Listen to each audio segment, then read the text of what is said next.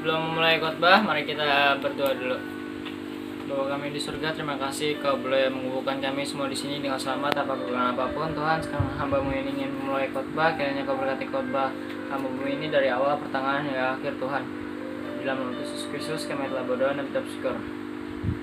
Sebelum memulai khotbah, mari kita baca Alkitab dulu dari Kejadian 22 ayat 1 sampai 19. Kepercayaan Abraham diuji. Setelah semuanya itu Allah mencoba Abraham.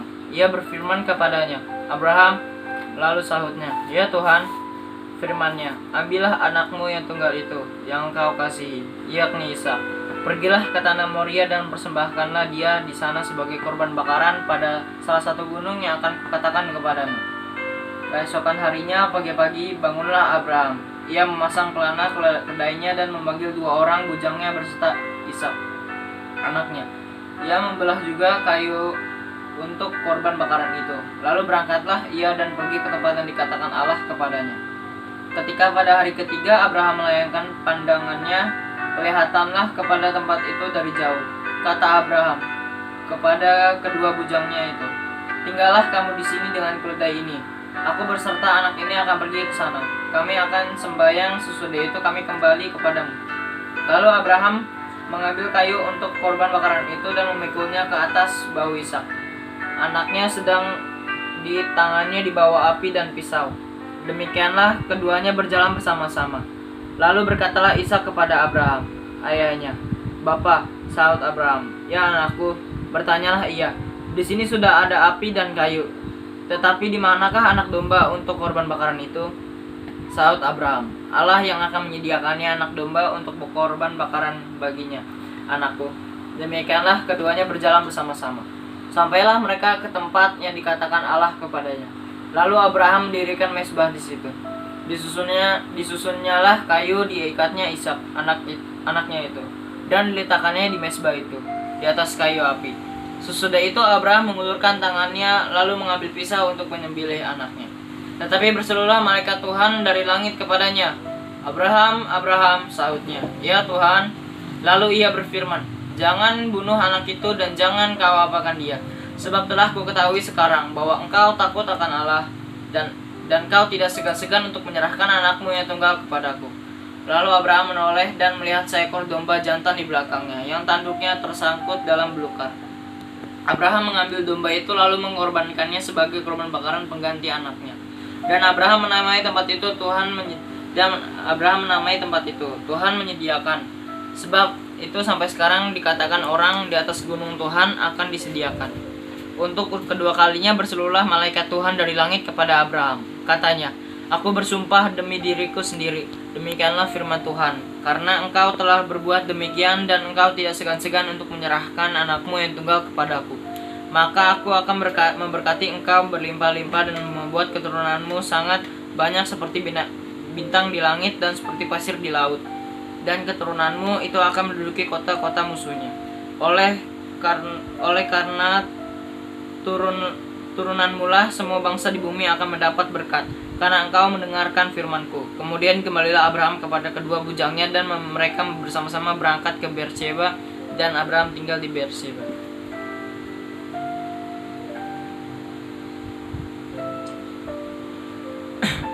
Mungkinkah kepercayaan dan kesetiaan akan ada ketika segala sesuatu yang dijanjikan dan yang diharapkan dalam waktu yang lama, tetapi setelah janji itu diberikan dalam sesaat diminta kembali? Biasanya rasa percaya dan kesetiaan yang sudah dipermainkan itu lamban laun atau seketika juga bisa menjadi hilang dan ditinggalkan. Dalam kisah tentang kepercayaan Abraham yang diuji oleh Allah, memberikan kepada kita suatu pembelajaran tentang ketaatan di dalam iman yang luar biasa yang dilakukan oleh Abraham. Abraham diperintahkan oleh Allah untuk mempersembahkan Ishak, anaknya, kepada Allah. Padahal Abraham telah menunggu waktu yang lama untuk mempunyai keturunan. Tentu ini merupakan tantangan yang sulit bagi Abraham. Waktu itu sekiranya harus mempersembahkan Ishak kepada Allah. Dari perspektif pembaca, kisah ini memiliki implikasi yang berbeda untuk melihat tinjaunya terhadap Allah yang berjanji. Abraham yang menerima janji dan Ishak yang dijanjikan. Tentu saja jika kita membaca perikop sebelumnya, maka hal ini akan menimbulkan ketegangan terhadap Allah yang memberi janji keturunannya kepada Abraham, dan Allah yang meminta kembali apa yang telah diberikannya itu. Dan ini juga suatu kenyataan yang tidak terelakkan oleh Abraham untuk tetap menaati atau tidak menaati perintah Allah baginya. Suatu kondisi yang mungkin sulit bagi Abraham untuk menerimanya, dan mungkin akan menimbulkan interferensi yang keliru dari Abraham kepada Allah. Bisa saja Abraham melihat sebagai pribadi yang pelin-pelan atau mempermainkan dirinya yang telah percaya penuh kepadanya dan janjinya. Seringkali kita pun merasa sepertinya Allah sedang menguji kita di dalam setiap hal yang kita alami. Di balik setiap kebahagiaan dengan sukacita yang kita dapatkan, tiba-tiba kita juga mendapatkan hal-hal yang pahit yang dapat mengecewakan kita. Hal-hal pahit yang membawa kepada hilangnya kebahagiaan dan sukacita yang kita dapatkan sebelumnya. Namun, apakah kita bisa memiliki ketegaran dan tetap percaya kepada Allah di setiap situasi yang kita alami? Dalam khotbah ini, kita akan mencermati perjalanan iman dari seorang Abraham yang tidak akan goyah dalam menyerahkan kehidupannya secara penuh kepada Allah dan janjinya. Abraham. Siapakah Abraham? Dialah keturunan terah dari garis keturunan Sem, anak Nuh. Inilah yang menjadi dasar mengapa Abraham bisa menjadi seorang yang mempercayai dan menaati Allah dengan sepenuh hatinya. Berkat Nuh kepada Sem di dalam Kejadian 9 ayat 26. Lagi katanya, terpujilah Tuhan Allah Sem, hendaklah Kanaan menjadi hamba baginya. Berkat ini menjadi berkat yang tergenapi di dalam perjalanan kehidupan Abraham dan keturunannya. Bisa jadi pengenalan kepada Tuhan Allah yang hidup tetap terpelihara di garis keturunan Sem. Jika tidak, adalah suatu hal yang sulit apabila perintahnya tidak mengenal dan mengerti tentang Tuhan Allah itu sendiri. Kisah tentang Abraham. Sebelum Allah mengikatnya perjanjian dengannya, pasal 17 ayat 5. Pasal 12 di mana Allah memanggil dia keluarnya dari negeri tanah Haran menuju ke tanah yang Allah akan tunjukkan kepadanya, yaitu tanah Kanaan. Dan Allah berjanji akan membuatnya menjadi bangsa yang besar dan memberkatinya serta membuat namanya masyhur, dan Abraham akan menjadi berkat. Pada saat itu Abraham berumur 75 tahun. Pasal 22 dimulai dengan suatu ketegangan di mana Abraham dicobai oleh Tuhan untuk mempersembahkan anaknya Ishak menjadi korban bakaran. Sesungguhnya ujian ini bukan hanya mengarah kepada Abraham saja, tetapi juga kepada Ishak yang menjadi objek yang akan dipersembahkan sebagai korban bakaran di hadapan Tuhan. Tidak ada referensi yang memberikan informasi berapa umur Ishak pada saat itu. Kemungkinan besar Ishak berusia remaja, dikarenakan di dalam ayat 6 di sana kita melihat bahwa Abraham memikul kayu bakaran di atas bahu Ishak, dan keduanya berjalan bersama ke atas gunung di tanah Moria. Aktor yang berperan di sini adalah Allah, Abraham dan Ishak. Namun Allah lah yang memegang peran penting di sini, di mana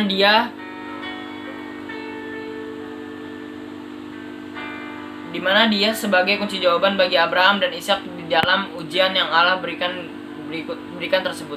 Ayat 2 merupakan titik utama dari pencobaan Abraham. Melihat bahwa ia diperintahkan untuk mempersembahkan Ishak yang adalah anak perjanjian yang melalui janji Allah dan Abraham. Di dalam ayat keempat, ketika pada hari ketiga Abraham melayangkan pandangannya, kelihatanlah kepadanya tempat itu dari jauh. Dalam perjalanan selama 3 hari itu pun tidak ada reaksi Abraham untuk mencoba melunakkan hati Allah tentang perintah yang dibuat Abraham. 3 hari merupakan waktu yang cukup bagi Abraham untuk merenungkan nasib Ishak anaknya itu. Tetapi keputusan hatinya tetap seperti pada awalnya, melakukan perintah Allah dengan sepenuh hati. Ketika kita mengetahui masih ada kesempatan bagi kita untuk menghindar dari keputusan yang sulit, maka kita akan menggunakan kesempatan itu untuk lari dari keputusan yang telah dibuat. Sebagai contoh, Nabi Yunus yang mencoba lari dari perintah Allah dan menjauhkan dirinya dari kenyataan yang harus dia kerjakan bagi Allah. Tetapi teladan iman Abraham ini sesungguhnya luar biasa di dalam menanggapi dan melakukan perintah Allah baginya dan bagi Ishak anaknya itu. Di dalam ayat 7-8, suatu pertanyaan logis yang ditanyakan oleh Ishak. Bapa, di sini sudah ada api dan kayu. Tetapi di manakah korban bakaran yang akan kita persembahkan? Lalu Abraham menjawab, janji Allah kepadanya, Allah yang akan menyediakan anak domba untuk korban bakaran baginya, anakku.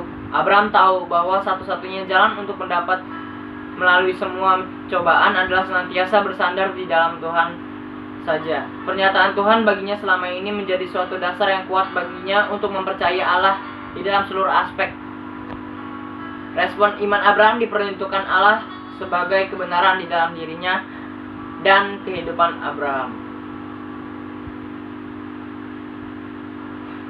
Luar biasa, Allah bekerja menurut cara dan jalannya yang unik. Tidak dapat terselami oleh akal dan pikiran manusia. Di dalam ayat 16-18 katanya, aku bersumpah demi diriku sendiri, demikianlah firman Tuhan.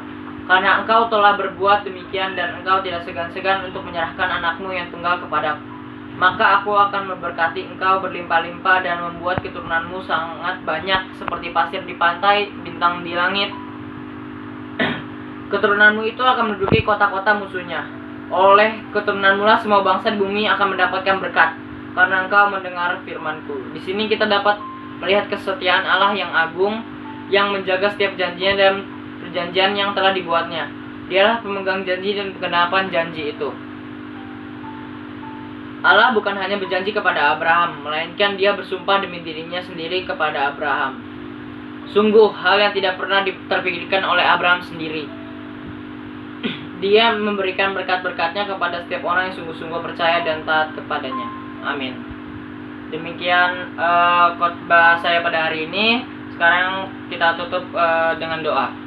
Mari kita bersama doa. Tuhan, terima kasih Tuhan, Kau telah menyertai kami dari awal, pertengahan hingga akhir. Sekarang hamba-Mu ingin mengakhiri khotbah pada hari ini. Kiranya Kau terus memberkati kami Tuhan sepanjang hari-hari kami Tuhan. Di dalam nama Yesus Kristus kami telah berdoa dan ucap syukur. Haleluya. Amin. Pendeta.